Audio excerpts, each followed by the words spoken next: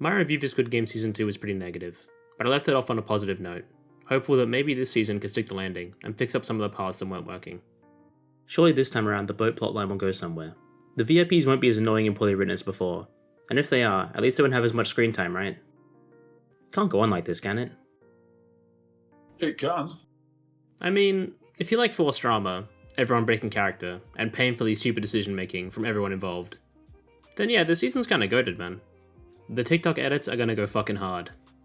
In true Squid Game fashion, the season starts at its strongest, before rapidly barreling towards an underwhelming finish. I want to start with what I felt worked, because I'm not going to pretend that all of it didn't. Like with Season 2, there are moments that do stand out. I still love these two. All the heavy lifting they did to keep me invested in Season 2 cannot go understated. Once they're both gone though, I was pretty checked out, as they were the only new characters that I actually cared about. The entire tag sequence that resulted in their deaths was pretty great. The show has always smashed the set design, and this was no exception. I didn't know if Gi-hun was actually going to follow through on his manhunt, but once I realized he just huffed a shitload of copium and pinned all the blame around what happened at the end of Season 2 on this idiot, I knew he was a goner. Having him finally come to terms with his guilt was great. We do enjoy some character moments, guys, even if we barely get them anymore in this show. I didn't care much for her character in Season 2, but it was hard to not get invested in Junhee once she had her kid. Even if it was a little stupid, no one heard her pooping out a whole ass baby during the game. Her sacrifice was the highlight of the season for me. Once again, the music of this show just carries super hard, and the moment is allowed to sit with the characters, not interrupted by them. You can see the moment Gi-hun realizes what she already had, that the risk of losing both of them to save her was too high, choosing her own baby's future over herself. Gi-hun waiting for the front man to end the games and fulfill his promise. That shit was hard to watch. You can see him slowly realize he has no other options, and while I'm not super sure he would choose this outcome, given the fact he has his own daughter that he loves on the outside, at this point, I wouldn't put it past Gi-hun to see himself as a terrible person who is better off dead, after all the shit he's been through and wrongfully holds himself responsible for. In his final moments, Gi-hun fulfills his promise to Junhee, while also refusing to give in to Il-nam and In-ho, an act of defiance that proves there's still goodness in humanity. Gi-hun's final conversation with Il-nam, about whether bystanders would help a drunk man freezing to death in the cold, is what led us down this path. That's what Season 2 and 3 were about, In-ho attempting to break Gi-hun's belief in humanity, and people's ability to do the right thing, to show compassion and selflessness for others. I don't really understand the criticism I've seen around this moment, when Gi-hun finishes his speech with "humans are," then falls. I see it as him stating, humans are selfless, humans will do the right thing, a final way to define them.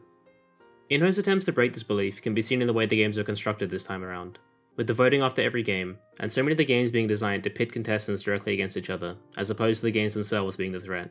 All of this was building to the moment where In-ho gave Gi-hun the knife and told him to kill everyone else and survive the games with Junhee's child, an opportunity that In-ho had taken himself many years earlier.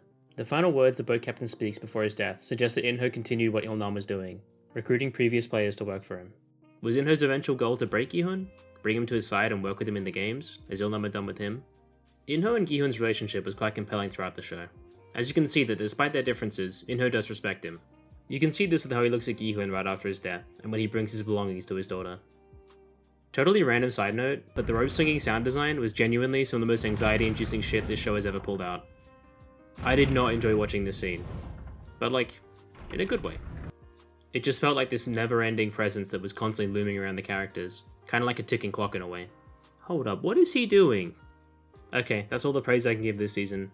Let's get to the real shit. No. Wait. The frustrating thing is, while those moments I mentioned were great, they were just that. Moments. And it doesn't help that the events leading up to them were stupid and forced, making the emotional payoffs lack any real bite.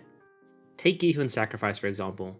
That entire game was just everyone making the stupidest decisions possible, including Gi-hun himself. Once this guy had been lunchboxed, he should have known there was no turning back. Just accept the one man being sacrificed to save the rest. You know none of them are going to happily draw lots, while there's a cripple lying right there they can throw off the edge. The tag game was filled with stupid decision making and character breaking moments, forcing things like the mother killing her own son. The annoying shaman lady finally dying was very welcome, trust me. But why in the fuck is she antagonizing the guy holding the knife, when she could just play into his delusion? He thought you were the girl he was trying to save, just play along. I don't get it. The reason Junhee's sacrifice hits properly is because it was one of the few genuine moments in this entire season. No one did anything stupid leading up to it, it just happened. It was tragic and it felt unavoidable given the circumstances. If you dig a 6-foot hole, how deep is that hole? It's about like 20 feet. This season, everyone is just stupid. Like, really, really fucking stupid. This was also an issue in Season 2, but for some reason it just felt more obvious here. The cop is the biggest culprit of this, and drove me insane the entire time. How is he just completely ignoring all the red flags piling up with the boat captain? I genuinely don't understand how this man could solve anything if he can't see this right in front of him. The guy found you at the island where you were shot by your brother. These guys have a history of placing people on the inside. We know this. It's like one of the very few things we actually know about them. Your friend saw him with a weapon out after a man is killed. And he just spent the whole last season wasting your time during a time-sensitive mission. Sorry, but this boat subplot just broke me, and the fact that all it amounts to was getting this guy back to his kid? Cool. An excuse to move the games to America now that they have to blow up their island? Awesome. It was such a simple fix. At least make them save Junhee's baby after the games ended. You give him the baby after anyways. And at least then it would have felt like this B-plot had some kind of purpose. Achieved something. It would have been helping Gi-hun follow through on his promise in a direct way. But nah, we can just drive around the ocean in circles for 2 seasons, cause vibes.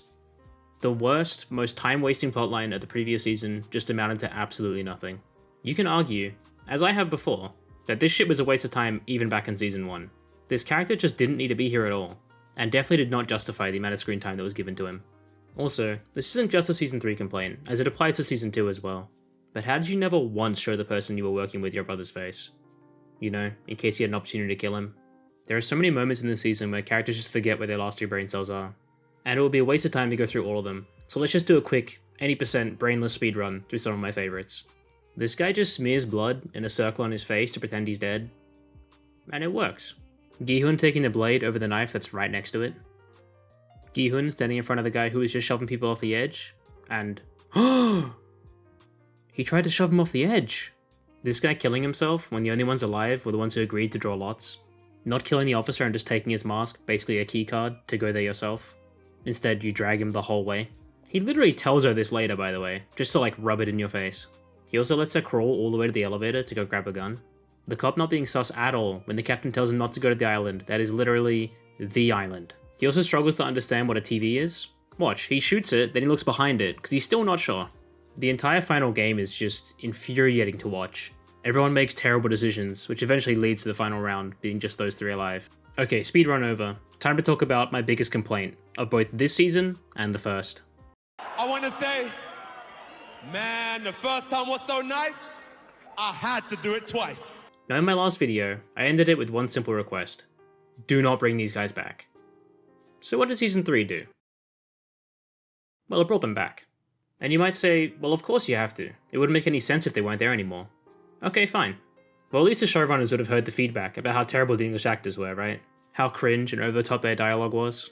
And how constantly cutting from emotional intense moments between characters to see the discount Gogglebox reaction was destroying the impact of scenes. Right? How about we give them way more screen time, introduce them halfway through the season, give them Reddit tier dialogue about Marvel superheroes, and dub over their lines? Like seriously, why does the audio sound like this? I've done plenty of hunting in Africa, but this was on another level. It's really fucking weird. I've never seen a show double down so hard on such a universally disliked part of a prior season. No, it's not respectable. I don't want to yap too much in this video, because I feel like most of the problems here were also present in Season 2, as I discussed before. This season finally had people clock on to the fact this show had plummeted in quality. Was it just Thanos carrying that hard? Season 3 was a little worse overall in my opinion, because hey, these guys weren't in Season 2. And the CGI and special effects this season felt really underbaked. I'm not talking about Junhee's baby, because hey, making a CGI baby not look weird has been an issue for a long time, and they couldn't really lug a real baby around during some of these scenes, so I get it.